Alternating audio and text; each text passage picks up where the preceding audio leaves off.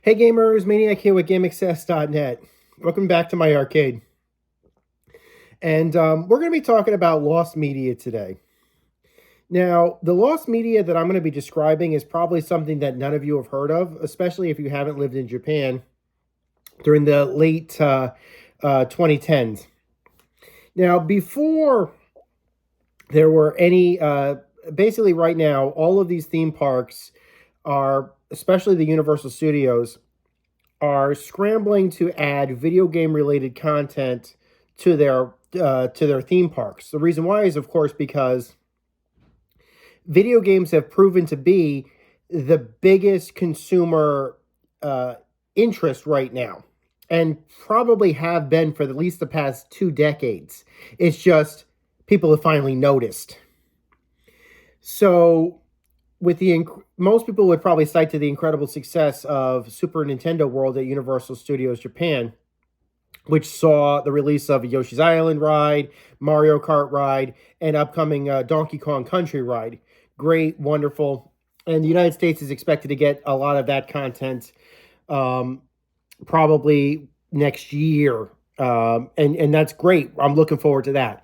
That's not what we're going to be talking about today. The Super Nintendo World is certainly not considered lost media, nor will Donkey Kong Country World be considered lost media, at least not for right now.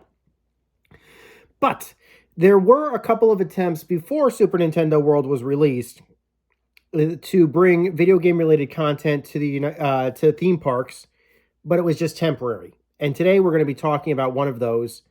Did you guys know there was a Final Fantasy roller coaster? Yeah. Final Fantasy XR was a virtual reality roller coaster, which was on an actual real roller coaster that ran for a brief period of time in 2018 at Universal Studios Japan. It was I would say, limited time event that took place during the yearly Universal Cool Japan events. Now, what is Universal Cool Japan? Well, Japan is cool. I'm not going to dispute that. I've got plenty of videos where I've discussed how cool Japan is. So we're not gonna talk about that because it doesn't need to be talked about. Of course, there's no disputing that.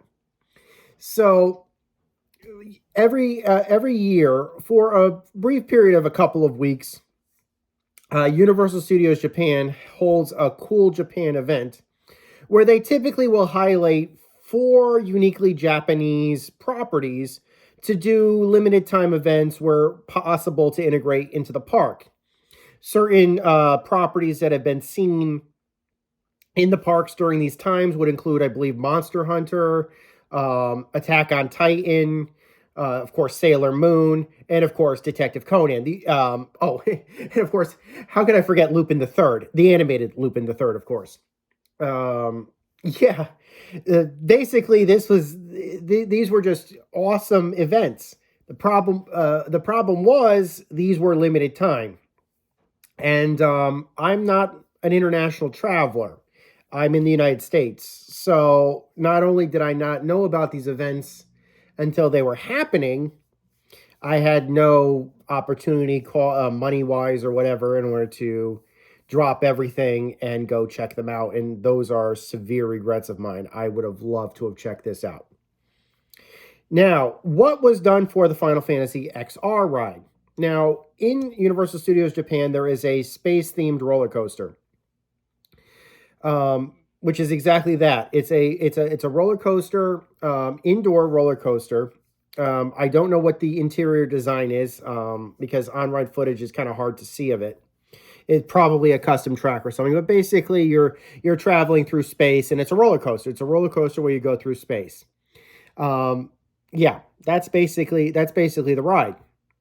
However, given its setting, given its location, it has made itself to be, and it's actually quite a unique building design. They actually have the exterior of the building actually looks quite cool.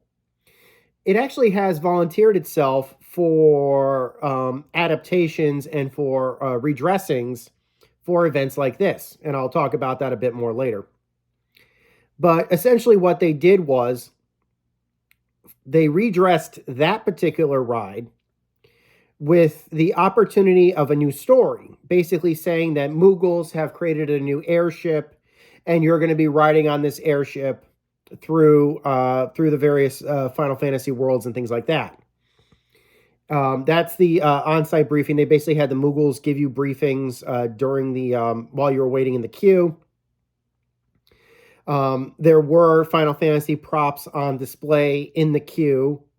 Oh my God, that's awesome. That sounds awesome. And while the roller coaster itself was identical to the normal space theme roller coaster, during the XR makeover, you would be wearing VR goggles. I believe they were like something like Samsung Gear goggles or something like that.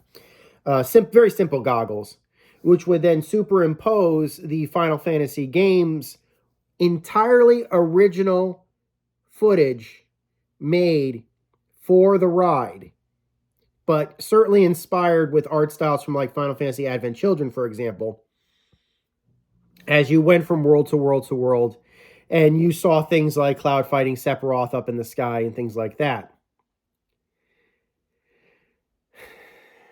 Just describing it for a Final Fantasy fan must sound like, oh man, that sounds freaking awesome. And it, for what I saw, the brief clips of that were posted and reposted online, there are just a few snippets of it. It does sound pretty freaking awesome. But it was only a limited time event. And after the event was over, there was no attempt, even though I believe there should be, to release the footage to the public that was recorded. I did see a couple of people attempt at one point to do an on-ride picture of the ride, at least of the flight briefing. At least one of those videos was taken down. I think there was another one that is still available, but it's an off-screen shot of the briefing, and it's in Japanese only. There are a couple of clips of the VR video itself in 2D that was posted online. I think it was by a YouTube channel that's had access to like the commercials for the footage or something. But that is it. That is all we have. And in today's day and age, when basically standalone VR headsets are out there that are capable of resolutions anywhere from like 2K to 4K now, the fact that this footage has not been re-released as either from Square Enix or wherever, as like a cool little bonus or something, is a shame. And on top of that, all of the merchandise, of course, was basically, there was tons and tons and tons of Final Fantasy XR merchandise that was produced for Universal Studios Japan. I have no idea what happened to any of that merch. Did it go back to Square Enix? Did it get destroyed? Obviously, some people bought it, but I'm sure that if you look for it on like eBay, for example, it's probably going to command high prices just in imports alone. I don't know I don't know what could happen to any of that content. There's a lot that would that would have come from it. It's been over 5 years since that event happened, and we have even less footage of it now than when we did at the time. There wasn't really too many theme park bloggers in Japan at the time. That has since been taken care of. There are more now, but at the time, I think there's like maybe 2 channels that talked about it. Maybe 3. I think Edamame talked about it, and You Can Do It talked about it. And I definitely recommend checking out their channels. And Wait to Dawn also posted some of the footage on their YouTube channel. That's it. That's all we have. So this video is just to tell you, number one, that this roller coaster did happen. It was real. It was official. The footage, for the most part, is lost. But the technology exists certainly to replicate it, or to at least re-release it. And the merchandise, as far as I'm concerned at this point, Square Enix can sell it on their Square Enix store all they want to. Until next time, guys, my name is Maniac with GameXS.net. Take care. Over and out.